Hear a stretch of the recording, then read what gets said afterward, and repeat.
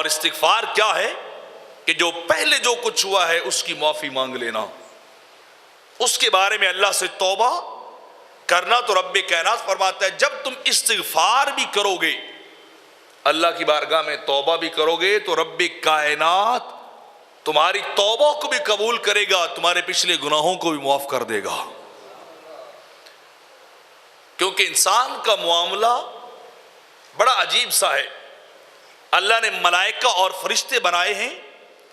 تو یہ وہ مخلوق ہے جو ہمہ وقت اللہ رب العزت کی اطاعت کر رہی ہے۔ لا یعصون اللہ ما امرہم، کہ جس فرشتے اور کی رب کائنات نے جہاں ڈیوٹی لگائی، جس جماعت کی جہاں ڈیوٹی لگائی، اول دن سے لے کر آج تک اور پھر قیامت اور قیامت کے بعد تک فرشتے اس ڈیوٹی کو دے رہے ہیں۔ وہ سراپا عفت اور عصمت ہیں، وہ گناہ سے پاک ہے، ان کے اندر گناہ نہیں پایا جاتا۔ اور ان کے مقابلے میں ابلیس ہے جو ہمہ وقت اللہ کی نافرمانی اور سرکشی میں رہتا ہے، جس کا ایک ایک لمحہ، ایک ایک منٹ گناہوں میں گزرتا ہے، وہ اللہ کی نافرمانی میں گزارتا رہتا ہے۔ اور ان کے درمیان رب کائنات نے انسان کو رکھا ہے جو کبھی تو اطاعت کی طرف جاتا ہے، کبھی گناہ کی طرف چلا جاتا ہے، کبھی نورانی راستے پہ چلتا ہے، کبھی ظلمانی راستے پہ چلتا ہے، کبھی سیدھے راستے پہ، کبھی گمراہی اور شیطنت والے راستے پہ چلتا ہے۔ تو رب کائنات نے اس کے لیے یہ ذریعہ بنا دیا، استغفروہ ثم توبوا الیہ، کہ تم اللہ کی بارگاہ سے بخشش بھی مانگو، پھر اللہ کی بارگاہ میں تم توبہ بھی کر لو، تو رب کائنات تمہارے گناہوں کو بھی بخش دیتا ہے اور رب کائنات تمہاری توبہ کو بھی قبول کر لیتا ہے۔ یہ تین طرح کی مخلوق ہے۔ ملائکہ ہمہ وقت اللہ کی اطاعت میں ہیں، ایک منٹ ایک سیکنڈ کے لیے بھی اللہ کی نافرمانی نہیں کرتے،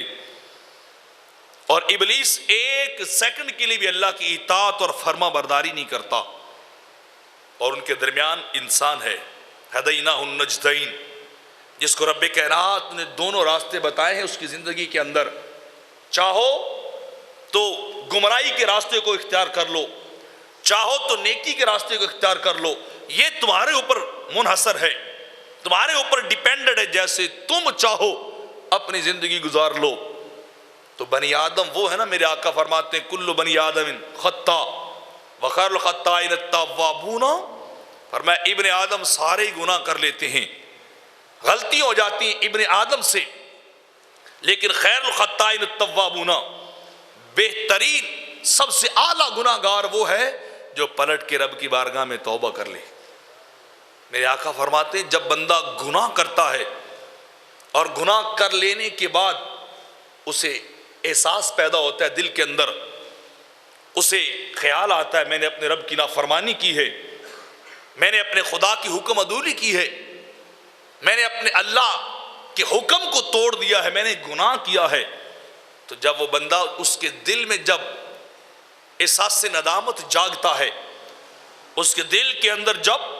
اللہ کا خوف آتا ہے، تو وہ پلٹ کے اللہ کی بارگاہ میں آتا ہے اور آ کے کیا کرتا ہے، بیٹھ کے اپنے گناہوں کا اعتراف کر لیتا ہے، بیٹھ کے اپنے گناہوں کو مان لیتا ہے اور اللہ کی بارگاہ میں اعتراف کرتا ہے کہ باری تعالیٰ میں نے گناہ کیا ہے، مجھ سے غلطی سرزد ہوئی ہے، تو مہربانی کر میری گناہوں کو معاف کر دے، تو میری توبہ قبول کر کہ میں آئندہ گناہ کرنے والا نہ بن جاؤں، مجھے گناہوں سے محفوظ رکھ، میں وعدہ کرتا ہوں تیری بارگاہ میں کہ آئندہ گناہ نہیں کروں گا۔ تو میرے آقا فرماتے ہیں جب وہ بندہ اپنے گناہ کا اعتراف کرتا ہے، رب اس کی توبہ کو قبول کر لیتا ہے، رب اس کی توبہ کو قبول کرتا ہے جو اپنے گناہ کا اعتراف کرتا ہے، اور جب اپنے گناہ کا اعتراف نہ کرے بلکہ ابلیس کی طرح اپنے گناہ پہ اڑا رہے اور اپنی انا کو سامنے رکھے، تو پھر رب کائنات نہ تو اس کی توبہ کو قبول کرتا ہے اور بعض کا اسے توبہ کی توفیق بھی عطا نہیں کرتا، کہ جس نے کبھی اعتراف بھی نہ کیا ہو، سوچا بھی نہ ہو زندگی کے اندر کہ میں نے بڑے گناہ کر لیے ہیں، میں نے بڑی ساری خطائیں کر لی ہیں، تو رب کائنات فرماتا ہے تمہیں اپنے رب کی بارگاہ میں توبہ کرنی چاہیے۔ ایسی اور مزید ویڈیوز حاصل کرنے کے لیے ہمارے چینل پرو مظفر فرید کو سبسکرائب کریں۔